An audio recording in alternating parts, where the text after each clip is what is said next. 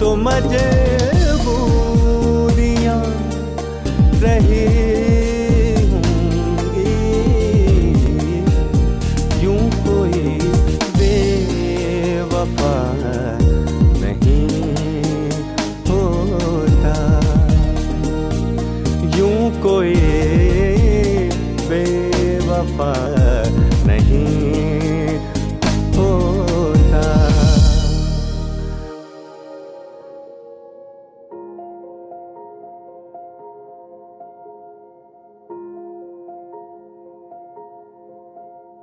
अपने क्षेत्र की जनता और जमीन से जुड़े किसी भी जननेता के लिए इससे बड़ी कोई और तकलीफ, कोई और दर्द नहीं हो सकता कि वो चाहकर भी अपने क्षेत्र में विकास कार्यों को मनचाही गति ना दे पाए। गोविंद सिंह राजपूत अपने क्षेत्र का एक ऐसा सपूत जिसे जनता ने तीसरी बार सर माथे बिठाया और जिम्मेदारी सौंपी क्षेत्र के विकास की।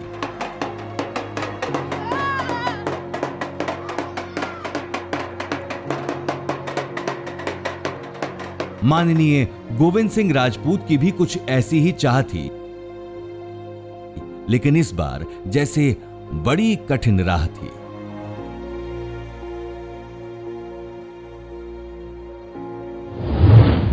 देखिए, 15 साल बाद कांग्रेस सरकार बनी। बहुत सारी अपेक्षा और उम्मीद हमको भी थी, हमारे कार्यकर्ताओं को भी थी, हमारे क्षेत्र के लोगों को उम्मीद थी कि बहुत सारे विकास कार्य होंगे, बहुत सारे उनके व्यक्तिगत कार्य होंगे। लेकिन मुझे दुख के साथ कहना पड़ रहा है, बहुत बड़ी पीड़ा होती है ये बताते हुए कि पिछले 15 महीनों में जब कांग्रेस सरकार थी, कमलनाथ जी की सरकार थी, तब ना तो हमारे क्षेत्र के विकास कार्य हुई और ना ही मैं लोगों के कार्य करा पाया। बहुत सारे कार्यकर्ता मुझसे नाराज इसलिए हो गए कि आप मंत्री ही काम नहीं करा पा रहे हैं।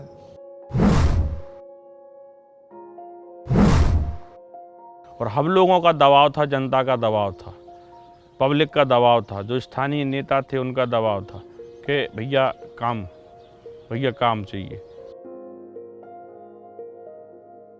लेकिन मैं उन्हें कैसे समझाऊं कि मेरी तो इस सरकार में कोई सुनने वाला है ही नहीं। और मुझे ये लगा कि अगर कांग्रेस सरकार में मैं मंत्री 5 साल रहा तो अब 5 साल बाद चुनाव में जाऊंगा तो जनता के लिए मुंह बताने लायक नहीं रह जाऊंगा। ये स्थिति कांग्रेस सरकार में कमलनाथ जी के द्वारा निर्मित हो चुकी थी। एक ओर विकास कार्यों की गति थमी थी, संवाद की कमी थी, और दूसरी ओर था वो रास्ता जो विकास की ओर खुलता था। दिल में पत्थर रख के ये निर्णय करना पड़ा कि नहीं, अब हम वहां जुड़ेंगे, उस पार्टी के साथ जाएंगे, उस सरकार के साथ जाएंगे जो विकास करती है, काम करती है और लोगों को इससे उम्मीदें बढ़ी हैं। जन कल्याण की भावना को मद्देनजर रखते हुए श्री गोविंद सिंह राजपूत ने यही रास्ता चुना।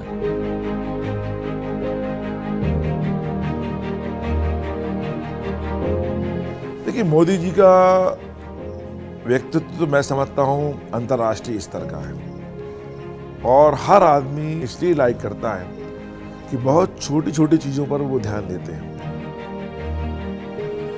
तो शिवराज सिंह चौहान जी का जो व्यक्तित्व है वो ऐसा व्यक्तित्व है कि उससे मैं समझता हूँ हर व्यक्ति प्रभावित हो जाता है।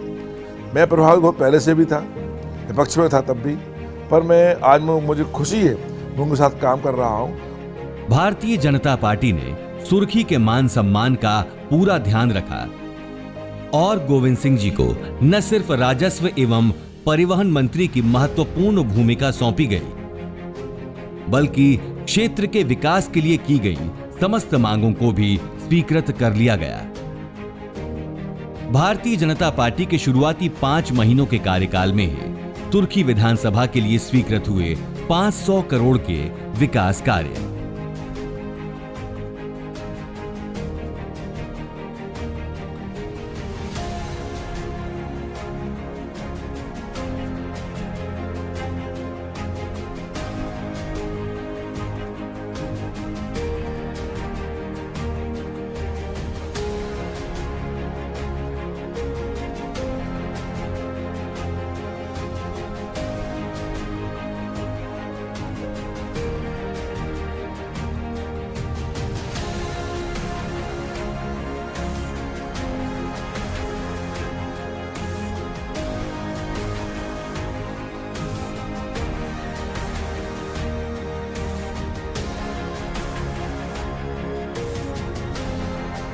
भारी खुशी है कि 2 महीना में 500 करोड़ के काम आ गए, 15 महीना में 1 करोड़ को भी काम नहीं आए। तो उनका निरंतर संबंध दिल का रहा है, आत्मा का रहा है, झूठा संबंध वो नहीं रखते थे। सुर्खी मेरा विधानसभा क्षेत्र ही नहीं, मेरा परिवार है। 25 साल से हमारे रिश्ते हैं और इन रिश्तों को और मजबूती से कायम करने के लिए मैं कुछ भी करूँगा। सुर्खी के लोगों का पूरा सम्मान मैंने किया है और जीवन भर सम्मान करूँगा। तेरी मिट्टी में मिल जावा, गुल बन के मैं खिल जावा, इतनी सी है दिल की आरज़ू। तेरी नदियों में बह जावा, तेरे खेतों में लहरावा, इतनी सी है दिल की आरज़ू।